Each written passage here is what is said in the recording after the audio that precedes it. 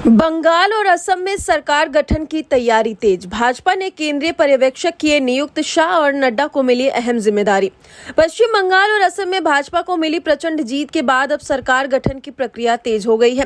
Party ने दोनों राज्यों में विधायक दल के नेता के चयन के लिए केंद्रीय पर्यवेक्षकों की नियुक्ति कर दी है।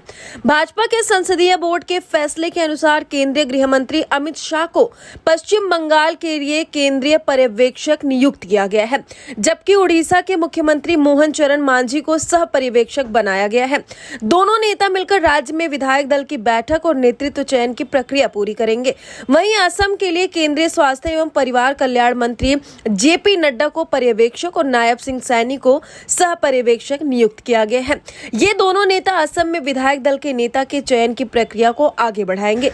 आपको बता दें कि भाजपा के राष्ट्रीय महासचिव अरुण सिंह द्वारा बीते 5 मई 2026 की प्रेस विज्ञप्ति में ये जानकारी दी गई है कि पार्टी ने इन नियुक्तियों को सरकार गठन की रणनीतिक प्रक्रिया का हिस्सा बनाया है। इन पर्यवेक्षकों की देखरेख में जल्द ही दोनों राज्यों में विधायक दल की बैठकें आयोजित की जाएंगी और नए नेतृत्व पर अंतिम मुहर लगाई जाएंगी।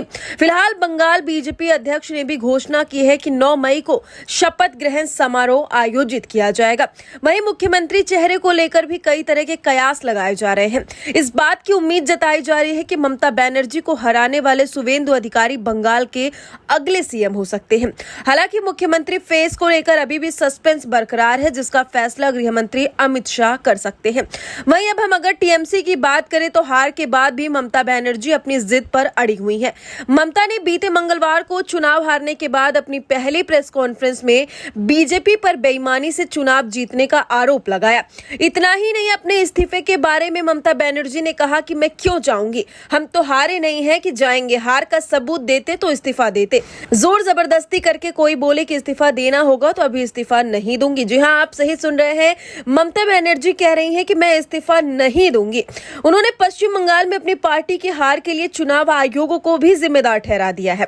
उन्होंने कहा कि चुनाव आयोग मुख्य विलेन है। आगे ममता ने यह भी कहा कि पार्टी सदस्यों के साथ आगे की स्ट्रैटेजी पर चर्चा की जाएगी। मैं अब बीजेपी के अत्याचारों को और बर्दाश्त नहीं करूंगी, मैं सड़कों पर लौटूंगी।